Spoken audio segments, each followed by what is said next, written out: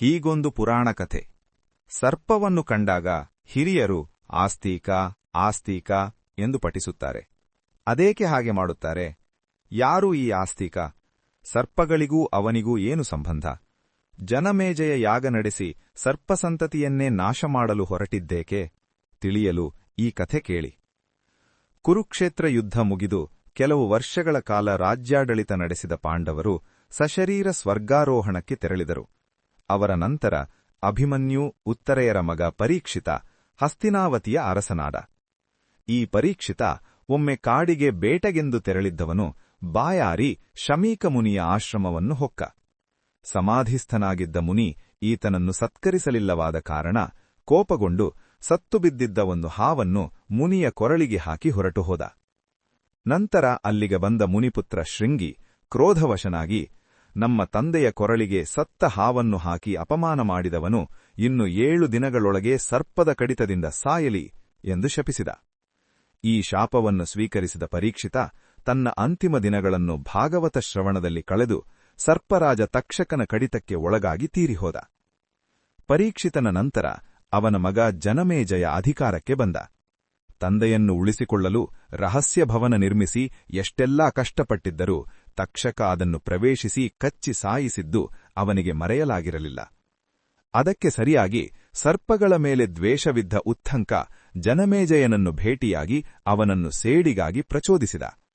ಸರ್ಪಯಾಗ ನಡೆಸಿ ನಿನ್ನ ತಂದೆಯ ಸಾವಿಗೆ ಕಾರಣವಾದ ಸರ್ಪ ಕುಲವನ್ನೇ ನಾಶಮಾಡು ಎಂದು ಹುರಿದುಂಬಿಸಿದ.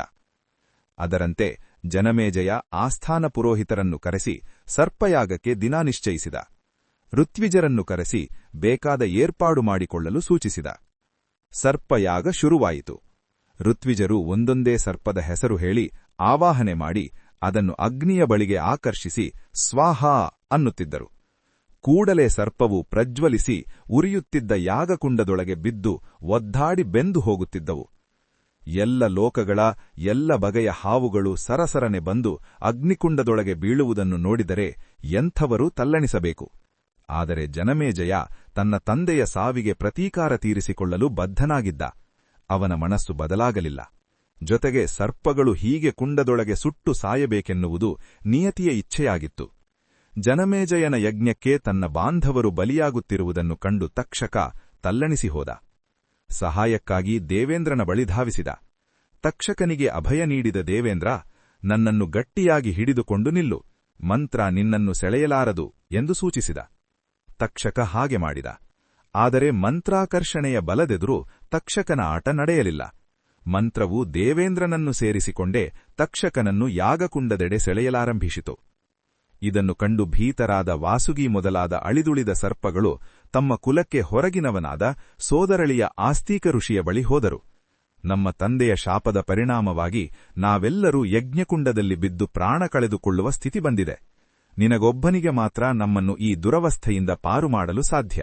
ದಯವಿಟ್ಟು ನಮಗೆ ಸಹಾಯ ಮಾಡು ಎಂದು ಕೇಳಿಕೊಂಡರು. ಆಸ್ತೀಕ ಸಂತೋಷದಲ್ಲೇ ಸಮ್ಮತಿಸಿದ. ಹೇಳಿ, ನಾನೇನು ಮಾಡಿದರೆ ಸರ್ಪಸಂತತಿ ಉಳಿಯುತ್ತದೆ ಎಂದು ಪ್ರಶ್ನಿಸಿದ.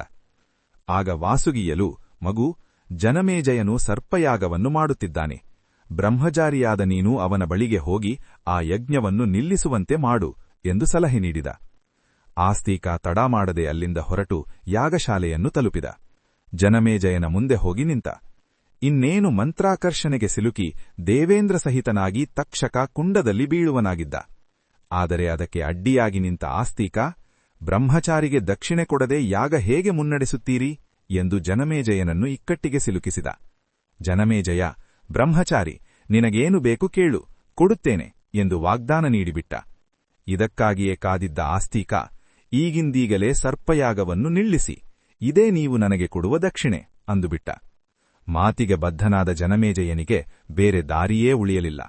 ತನ್ನ ತಂದೆಯ ಸಾವಿಗೆ ಕಾರಣವಾದ ತಕ್ಷಕ ಕಣ್ಣೆದ್ದುರಿದ್ದರೂ ಏನೂ ಮಾಡುವಂತಿಲ್ಲ. ಆದರೂ ಆಸ್ತೀಕನಿಗೆ ಕೊಟ್ಟ ಮಾತಿನಂತೆ ಯಾಗವನ್ನು ನಿಲ್ಲಿಸಿದ. ದೇವೇಂದ್ರ ಅವನನ್ನು ಸಮಾಧಾನಪಡಿಸಿ, ಶೃಂಗಿ ಶಾಪವೇ ಕಾರಣವಾಗಿ ನಿನ್ನ ತಂದೆಯ ಮೃತ್ಯುವಾಯಿತು. ಇದರಲ್ಲಿ ತಕ್ಷಕನ ಪಾತ್ರವೇನೂ ಇಲ್ಲ, ಅವನು ನಿಮಿತ್ತ ಮಾತ್ರ ಎಂದು ಅನುನಯಿಸಿದ. ಇದರಿಂದ ಜನಮೇಜಯನು ದ್ವೇಷ ಕಳೆದು ಸಮಾಧಾನ ಹೊಂದಿದ. ತಮ್ಮ ಸೋದರಳಿಯನ ಸಹಾಯಕ್ಕೆ ಕೃತಜ್ಞರಾದ ಸರ್ಪಗಳು, ನಾವು ನಿನ್ನನ್ನು ಯಾರು ಸ್ಮರಿಸುತ್ತಾರೋ ಅವರನ್ನು ನಾವು ಬಾಧಿಸುವುದಿಲ್ಲ ಎಂದು ವಾಗ್ದಾನ ನೀಡಿದವು. ಇಂದಿಗೂ ಕೆಲವು ಕಡೆಗಳಲ್ಲಿ ಬಹುತೇಕ ವೃದ್ಧರು ಹಾವನ್ನು ಕಂಡ ಕೂಡಲೇ ಆಸ್ತೀಕ ಆಸ್ತೀಕ ಎಂದು ಪಠಿಸುತ್ತಾರೆ. ಇದೇ ಕಾರಣಕ್ಕೆ ಆಸ್ತೀಕನನ್ನು ಸ್ಮರಿಸಿದರೆ ಸರ್ಪ ತೊಂದರೆ ಕೊಡದೆ ಹೊರಟು ಹೋಗುತ್ತದೆ ಅನ್ನುವ ನಂಬಿಕೆಗೆ ಈ ಕಥೆಯೇ ಹಿನ್ನೆಲೆ. ಪುರಾಣ ಕಥೆ ತಿಳಿದು ಶೇರ್ ಮಾಡಿ. ಶುಭವಾಗಲಿ. ಧನ್ಯವಾದಗಳು.